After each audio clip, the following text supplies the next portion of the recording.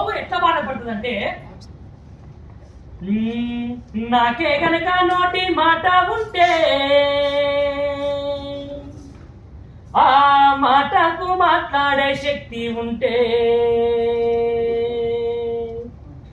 నాకే గనక నోటి మాట ఉంటే ఆ మాటకు మాట్లాడే శక్తి ఉంటే, మనిషి నా గొంతును మోసటోడా, మనిషి నా గొంతును గోసెటోడా, వాని ఆహారంగా తినువడా, గోవునురా గంగి గోవునురా, మానవానికి పాడి అవునురా. దేవుడిచ్చిన ఆజ్ఞ తీసుకొని ఆవునై పురుడు పోసుకొని,